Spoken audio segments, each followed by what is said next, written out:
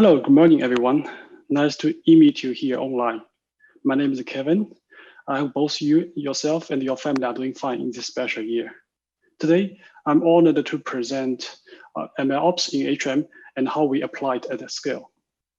Let's take a look. This is a high-level agenda for today. Firstly, I will talk about our AI journey at HM. Next, I will talk about our reference architecture, generation 1, which a lot focus on the machine learning process and also how we orchestrate the machine learning training pipeline. In the end, I will talk about MLOps and how we leverage it to operationalize AI work. You may have been to HM shop or at least see it somewhere. HM is a global company with multi-brand. HM's vision is really bring affordable fashion to everyone in the world. So in the last 74 years, we opened more than 5,000 stores globally in 74 different markets. Among 51 of them, we also operate online. I think we just opened a new one in Australia.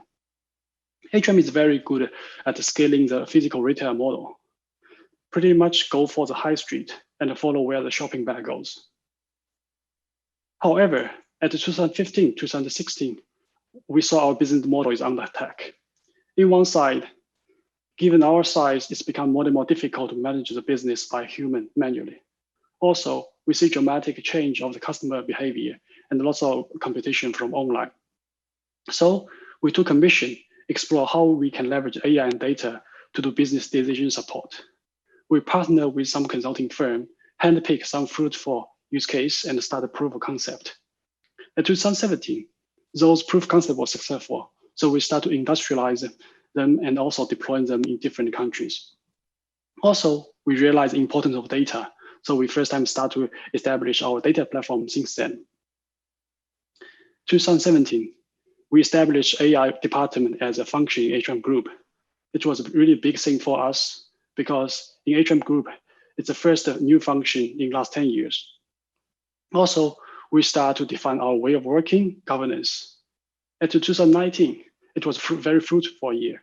We recruit lots of people and also organize ourselves as a product organization. We took over pretty much all the use cases from the consulting partner and run them by ourselves. Also, we start to establish our reference architecture. 2020, we took a new mission, not only looking after our existing products, but also explore the generic capability, see how we can further scaling AI across entire HM. This is a high-level overview of our use cases.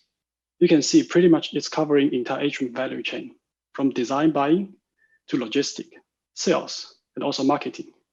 Besides this use case, we also have 4 different product teams focused on generic capability, knowledge capturing and best practice, AI exploration and research, rapid development, last but not least, AI platform. Some quick facts about us. In our group, we have more than 100 people working. One thing we are very proud, we have people from more than 30 different nationalities working together. Each use case team is self-driving agile product team, and they are also multidisciplinary product team, consists of product owner, data scientist, machine learning engineer, software engineer, data engineer, and also business analyst. They need to not only developing the AI product, but also maintain it end-to-end owning it. About 1 year ago, my colleague Errol and myself, we present our first generation reference architecture first time to the world at the Spark AI Summit in Amsterdam. Let's do a little bit of recap before we move on to the MLOps. When we start, each product team focus on the value delivery and deliver very fast. The other side of the coin is that lots of random technical decision has been made, and there is no central governance in terms of technical choice.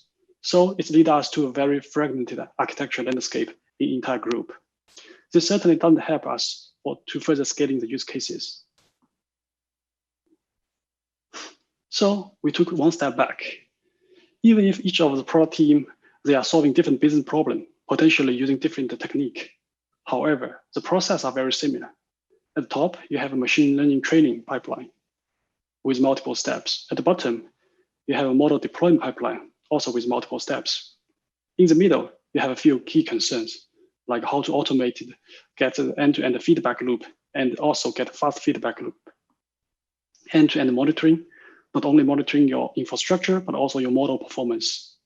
Traceability, how you can do proper model and even data versioning. If you start a new project without aware of this common process, you will tend to create entangled code and lots of technical debts. After model the process, we also pick up the right tool for each of these process. This becomes our tool stack. Reference architecture. We never design a reference architecture out of blue. Instead, we work with product team, try to solve their daily pain point, and the side effect of that journey is our reference architecture. The first team we worked with, they are newly established AI product team. And since they are newly established product team, they love notebook. They love interactive development for the speed. However, there's a trade-off, the technical debt. So we helped them to extract the complex logic in the notebook into individual Python modules so they can develop locally in the IDE and write proper unit tests. Afterwards, we also introduce continuous integration and automation. In this way, we can have a good balance between speed and also amount of technical debt. The second use case we worked with, they are a mature product. They need to train many different models for more than 500 scenarios.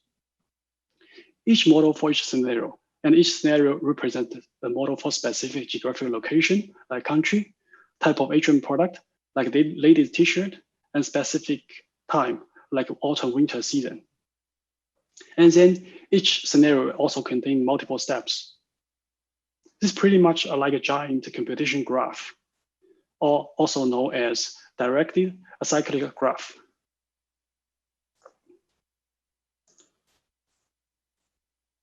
Besides this, we want to leverage the best tool for each type of product, each task. For example, for the sourcing data and the prepared data, we want to leverage Spark for massive parallel processing.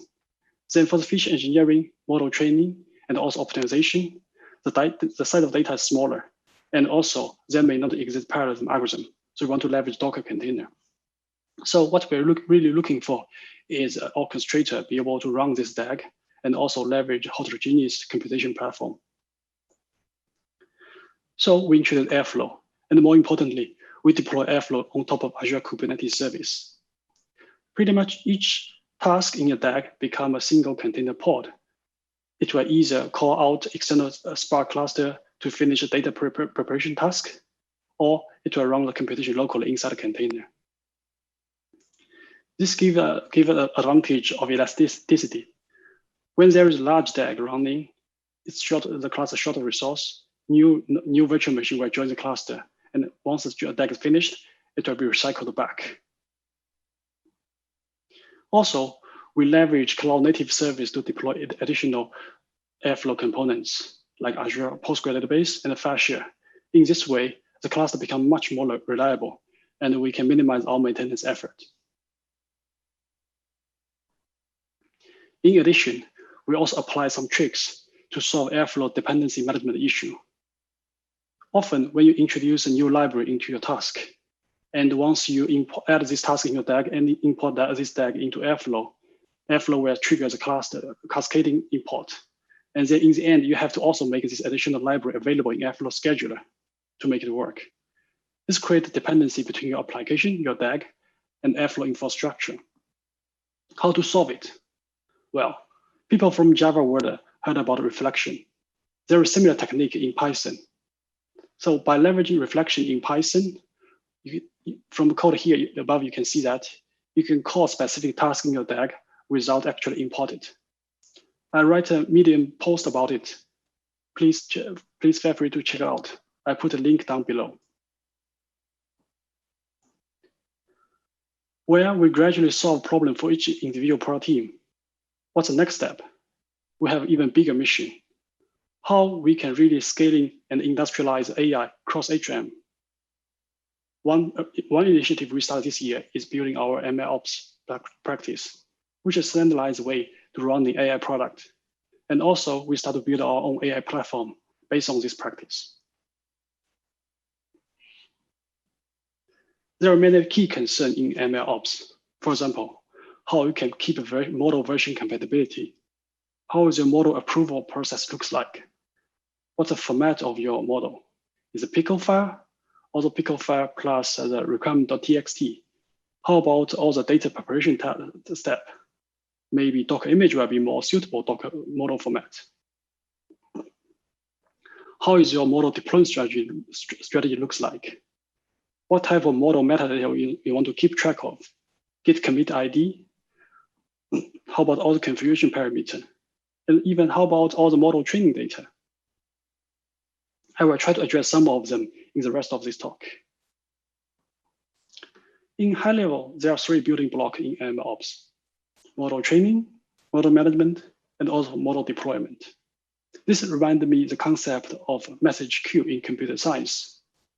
Model training is like a message producer produce model, where model deployment is message consumer compute model for the model serving. And then model management is like message broker. Then we can leverage the same decoupling principle in message queue for the same problem here.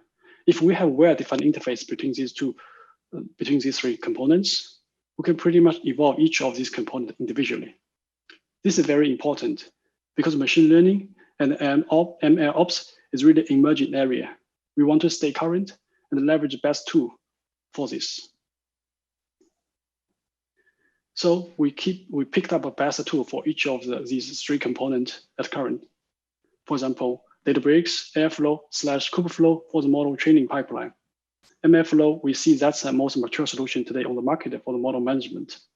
Then for the models deployment or online model serving, Kubernetes is the de facto choice. And also we love Seldon. Besides this, we also want to include the system availability stack. We love Azure native service. Azure Model is our default choice, but we also know the great open source tool like Grafana and Prometheus. They're great for the Kubernetes-based application. Application lifecycle management and continuous integration and continuous delivery.